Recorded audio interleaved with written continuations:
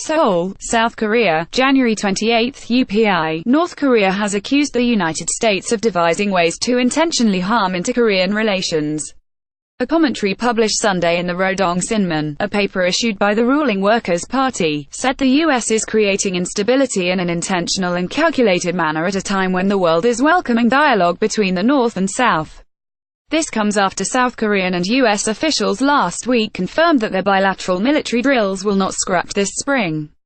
The annual Key Resolve and Foligal exercises were postponed until after the Pyeongchang Olympics and Paralympics on the request of South Korean leader Moon Jae-in, in a bid to diffuse tensions with the North, which sees the exercises as a rehearsal for invasion. The commentary said, the U.S. is encroaching onto the Korean peninsula with its vast forces for war, scheduling another exercise to rehearse invasive war. The regime's propaganda website Eurominzokiri also criticized the recent Extended Deterrence Strategy and Consultation Group EDSCG meeting of senior South Korean and U.S. foreign affairs and defense officials in Washington. It said, South Korea ungratefully choosing to take anti-ethnic measures and repaying virtue with vice cannot but generate anger and dismay. Crediting the North's broad-minded tolerance and sincere efforts for the recent change in atmosphere between the two Koreas, the outlet claimed cooperating with Washington's scheme for a military clash is like opening the door for a robber. This kind of action will extinguish the spark of improved North-South relations and only bring tragic consequences, the outlet said.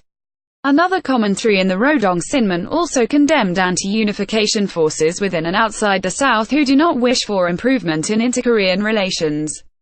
Conservative politicians and media in the South have voiced concern that the North is trying to drive a wedge between Seoul and Washington while continuing to pursue nuclear and missile development, despite its Olympic participation and recent reconciliatory attitude toward the South.